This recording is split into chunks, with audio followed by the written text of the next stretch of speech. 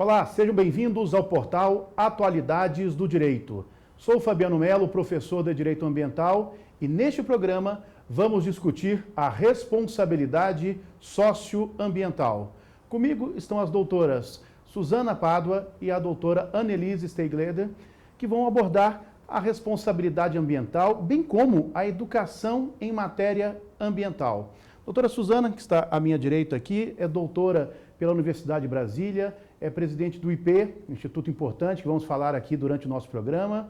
E a doutora Annelise é integrante do Ministério Público do Estado do Rio Grande do Sul, fez o seu mestrado em Direito Ambiental pela Universidade Federal do Estado do Paraná. Sejam bem-vindas, doutoras, é uma alegria recebê-las no portal Atualidades do Direito. Doutora Suzana, vou começar com a senhora, para destacar um pouquinho da importância da educação ambiental, a senhora como educadora, com o seu papel, a sua relevância no meio ambiental, tem uma outra formação que não jurídica, então queria que a senhora contribuísse e falasse para o nosso público, que é um público eminentemente jurídico, mas a importância que tem a educação. Primeiro a educação, para depois falar na responsabilidade, né, doutora? A educação, ela deveria contemplar todas as áreas do bem-estar humano e planetário. E, infelizmente, isso não aconteceu com o correr do tempo. A gente, enquanto chegou em 1970, começaram a haver as grandes crises ambientais, os grandes desastres. Foi aí que a educação ambiental surgiu como uma possibilidade de se reverter o cenário de destruição que estava acontecendo. Então, foram vários conhecedores da área se reuniram para formular os princípios, os objetivos e, vamos dizer, os anseios de uma educação que levasse o ser humano a perceber que ele faz parte de uma teia de vida que é muito além só da nossa espécie e que nós somos natureza e fazemos parte desse processo, mas precisamos também ter a responsabilidade de proteger e de preservar toda essa riqueza que nós herdamos. Então, a educação ambiental, ela surge como, vamos dizer, mais uma... Assim como o desenvolvimento sustentável, todos esses termos, eles surgiram de crises. Eles vieram porque o mundo não mais correspondia à forma tradicional de se comportar. Então, a educação ambiental surgiu como uma saída, mas, claro, não é a única. E qual é o diferencial da educação ambiental para uma educação mais tradicional? O diferencial é que a gente precisa tocar o ser humano no coração e não só na mente. Então, a educação tradicional, ela prima pela transferência de conhecimento e para você saber muito. Mas saber muito pode não me levar a uma mudança de comportamento. Eu vou, de fato, mudar algo quando eu incorporo valores, quando eu passo a acreditar que algo precisa ser diferente. Então, a educação ambiental, ela entra, vamos dizer, com uma base de valores fortes que junta com o conhecimento. Ela adiciona ao conhecimento. Então, o conhecimento é fundamental, senão eu viro o eco-louco, o eco-chato, que ninguém me leva a sério, e porque eu não tenho os dados, né, para argumentar aquilo que eu gostaria de argumentar. Eu posso ter paixão por uma área natural, vamos dizer, eu quero que ela se mantenha, mas eu preciso saber que espécies vivem ali, qual é o valor para o solo, para a água. Então, eu vou ter argumentos mais fortes. Esse conhecimento é fundamental. Mas foi a paixão que me levou a agir de uma maneira diferente e ter a coragem, às vezes, de mudar o rumo da vida, né? Então, a minha história pessoal, eu era comunicadora visual e eu mudei tudo e fui me especializar numa área que eu me apaixonei.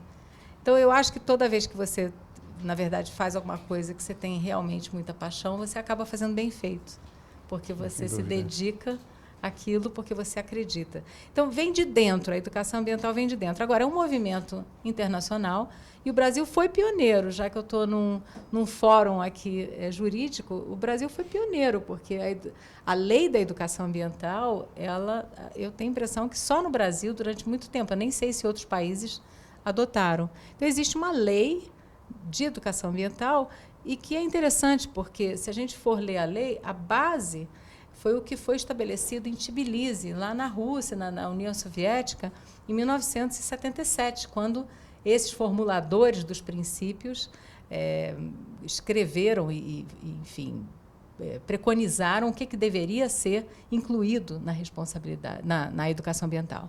Agora, por que a responsabilidade? Porque a educação também ambiental, ela estimula um pensamento crítico.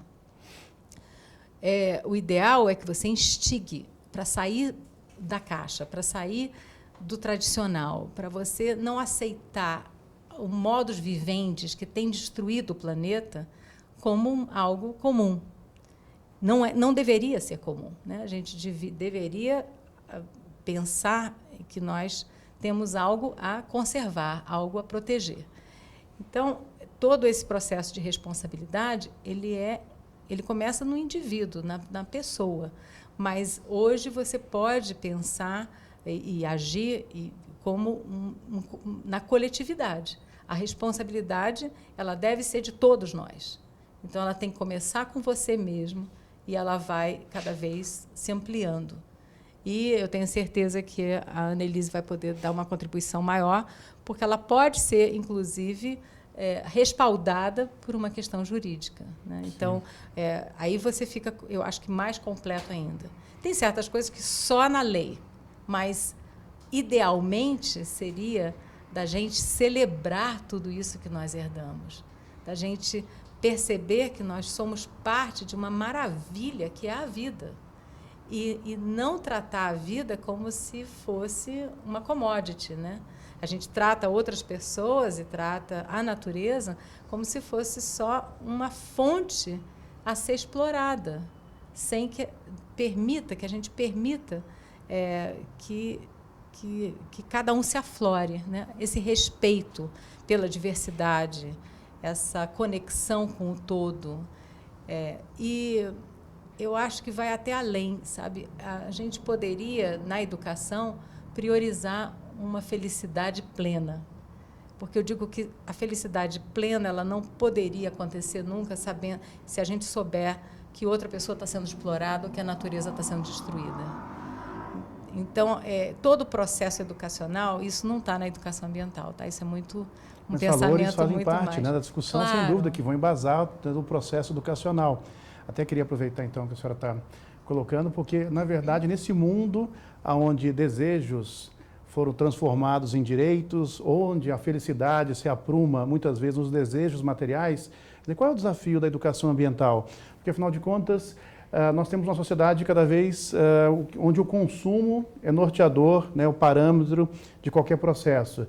E quando a senhora fala que temos que olhar o outro, a natureza, nós mudamos um pouco o paradigma, né, de um paradigma antropocêntrico, utilitarista, que nós tivemos até agora, para uma leitura biocêntrica ou de ecologia profunda. E quais são os desafios aí da educação ambiental nesse mundo onde os desejos acabam sendo aí norteadores da nossa sociedade? E o que me preocupa é porque é impossível satisfazer os desejos de cada qual. Uma sociedade aprumada no prazer, no desejo, e nós sabemos que os nossos recursos são finitos, mas as nossas pretensões, né? E o ocidental, nós ocidentais, compreendemos muito pouco a noção de interdependência que está ligado a nós, ao outro e ao meio ambiente. Então, eu queria perguntar à senhora, nesse processo, né, da educação ambiental, nesse contexto atual que nós temos. Acho que o sonho da gente era acordar um dia e dizer, não precisa mais, né, de ambientalistas, de educadores ambientais ou de direito ambiental, porque todos os problemas estariam resolvidos. A gente está vendo exatamente o oposto. Há uma pressão cada vez maior, porque o modelo de desenvolvimento que nós optamos, né, porque tudo é opção e tudo é responsabilidade, né, tudo tem consequência, né, então a gente está optando por um modelo que é consumista mesmo e que trata a natureza como infinita. E existem muitos economistas pensando nisso, né, assim, de fato com responsabilidade. O planeta é finito. Tem um senhor canadense que trabalha com vários cálculos que mostra que a gente já precisaria de 4 planetas se fosse para todos os seres humanos que vivem hoje, não com a possibilidade de um crescimento populacional. Mas, se todos quisessem viver como um norte-americano de classe média para baixo, você já precisaria de 4 planetas. Então, esse processo, esse mundo que nós estamos construindo, ele é insustentável. Eu acho que hoje a palavra-chave é a sustentabilidade. A gente precisa despertar para um novo paradigma, para uma nova, vamos dizer, descoberta, que é a vida sem tanto consumismo. Porque isso só leva a mais desequilíbrios e cada vez mais sérios. Porque se a gente for olhar, o nível de consumo tem aumentado. Não é só a população do mundo aumentar. Isso também causa, claro, impactos bastante sérios e com consequências muito graves. Mas, às vezes, uma pequena elite de grande consumo, ela está causando um impacto muito grande no planeta. Sim, sem dúvida. Então, sem dúvida que o que você está levantando é de questão fundamental e não tende a melhorar. Então, por exemplo, e as pessoas só se ligam à natureza se elas forem expostas, isso pelo menos com base em muitas pesquisas, se elas tiverem exposição à natureza quando elas são pequenas. E hoje, 80% das pessoas, pelo menos no Brasil, está vivendo nos meios urbanos. Então, como é que você vai ter essa exposição e esse contato com a natureza? Então, você tem que, às vezes, provocar que isso aconteça para que as pessoas se tornem mais sensíveis e interessadas e defensoras e protetoras. Então, é um processo. Agora, a gente tem muita questão. Eu acho que resposta, nem tantas. O que a gente pode é pensar o que dá para fazer para mudar, o que eu posso contribuir, né? De que maneira que eu posso contribuir dentro da minha vida, dentro da minha casa. E eu acho que a gente só muda, de fato, quando você muda seus valores. Sim, sem dúvida. Depois a gente vai explorar um pouquinho a doutora Suzana para falar do trabalho do IP, né? Então vamos perguntar agora para a doutora Annelise. Falamos, no primeiro momento, da educação ambiental, agora da responsabilidade. Doutora Annelise, que tem uma das obras fundamentais na responsabilidade civil em matéria ambiental, uma obra que eu gosto muito, até no início aqui comentei com a doutora Annelise, né, como uma referência. Doutora Annelise, primeiro eu queria discutir a responsabilidade ambiental, né? Falamos da educação, agora da responsabilidade. A senhora fazer os contornos e depois até podíamos falar um pouquinho também da responsabilidade pós-consumo. Neste momento está ocorrendo o Congresso Brasileiro de Direito Ambiental, tanto a doutora Suzana quanto a doutora Annelise, né, estão participando como conferencistas. E quando falamos na Política Nacional de Resíduos Sólidos, temos que falar também da responsabilidade pós-consumo. Doutora Annelise, por favor. Então, é um prazer estar aqui com vocês, né? E enquanto eu via a professora Suzana falando, me ocorreu um aspecto que é muito importante, que eu observo atuando na promotoria do meio ambiente de Porto Alegre, que é a crescente demanda da comunidade por melhores políticas públicas, por intervenções do Ministério Público junto ao poder público para que otimize determinadas situações que acontecem na cidade.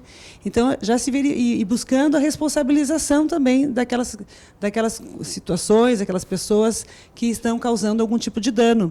É muito comum, cada vez mais, a promotoria receber, por exemplo, denúncias envolvendo desmatamentos para a implantação de empreendimentos imobiliários, né? E, às vezes, são situações, inclusive, ilícitas, mas a comunidade já tem uma consciência, já está despertada para querer saber se aquela obra tem licenciamento, não tem, se as medidas compensatórias foram ou não observadas, se é possível impedir o corte da vegetação, ou para denunciar situações de maus tratos com os animais. Então, eu vejo assim que ao mesmo tempo em que o consumo cresce, né, a gente vai vendo assim, a extinção de espécies acontecendo, já tem uma parcela muito crítica na sociedade, que talvez sufocada pelo ambiente urbano, né, valoriza cada vez mais as árvores, os espaços verdes, né? Então, a promotoria tem sido muito demandada no sentido de atuar não só responsabilizando após a prática da degradação, mas também situações de responsabilização preventiva mesmo, assim, para tentar discutir, por exemplo, critérios de licenciamento ambiental, né, condicionantes nas licenças, medidas compensatórias. Então, porque quando a gente pensa em responsabilidade, não se tem assim, só uma responsabilidade diante de danos consumados. Quando se fala em responsabilização, isso tem um viés assim, bem amplo, inclusive o viés preventivo, de tentar atuar antes que aconteça o dano ambiental. E esse é um trabalho assim, muito importante de se pensar e se fazer, né? Que vai ao encontro de toda uma ideia assim, de gerenciamento de riscos, de controle de atividades potencialmente poluidoras, para que não aconteçam os danos, né? E, claro, se isso não dá certo, então aí sim nós vamos ter a tríplice responsabilização dos poluidores, né? Tanto pessoas físicas como jurídicas, tanto os crimes ambientais, como a responsabilização administrativa e a responsabilidade civil pelo dano ambiental. E é um mundo, né? Daí ficar horas. A senhora pode dar os exemplos, alguns exemplos da atuação na Promotoria do Meio Ambiente em Porto Alegre também. Os seus exemplos são muito bem-vindos. Então, né? assim, dentro desse viés preventivo, assim, é importante assim, se ter em vista assim, um trabalho que se fez com as redes de supermercado, porque, para aproveitar um pouquinho o tema que foi nosso tema da palestra de hoje de manhã, que foi a temática dos resíduos sólidos. Nós temos lá um trabalho de regularização de todas as redes de supermercados que atuam em Porto Alegre, no sentido de implantarem os respectivos planos de gerenciamento de resíduos e já iniciarem a implementação de política pós-consumo, porque são grandes geradores e com base numa legislação municipal que nós temos, esses geradores já precisam receber pilhas, lâmpadas fluorescentes, baterias, produtos que eles vendem nos supermercados, né?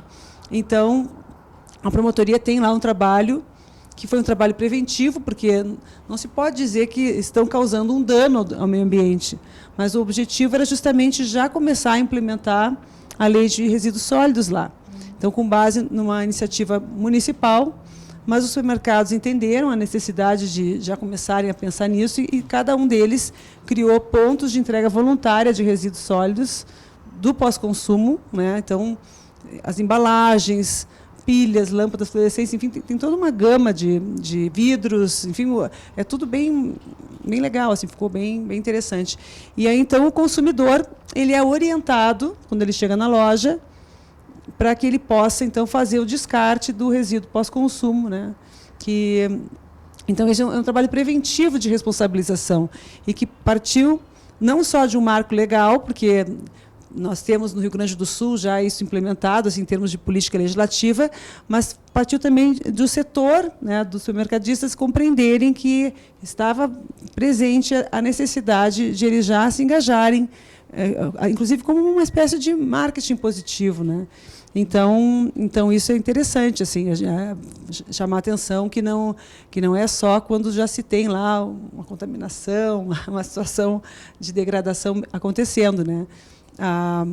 O direito aqui, na área do meio ambiente, ele tem um enfoque preventivo e precaucional que acaba interferindo na responsabilidade. A senhora também tem um trabalho com os catadores, não é isso? Lá tem alguns dados interessantes sobre os catadores. Já que estamos falando na política nacional, né, de resíduos sólidos, fez menção aí aos sistemas de logística reversa, né, um sistema de logística reversa da responsabilidade, dos planos de gerenciamento de resíduos sólidos e algumas informações sobre os catadores que têm uma perspectiva econômica muito forte, né, já que a política fomenta também essa perspectiva. Mas vamos fazer o seguinte, doutora, vamos comentar essa discussão no nosso próximo bloco, aí voltamos com a doutora Suzana falando do seu trabalho no Instituto IP. Aguardo você em nosso próximo bloco.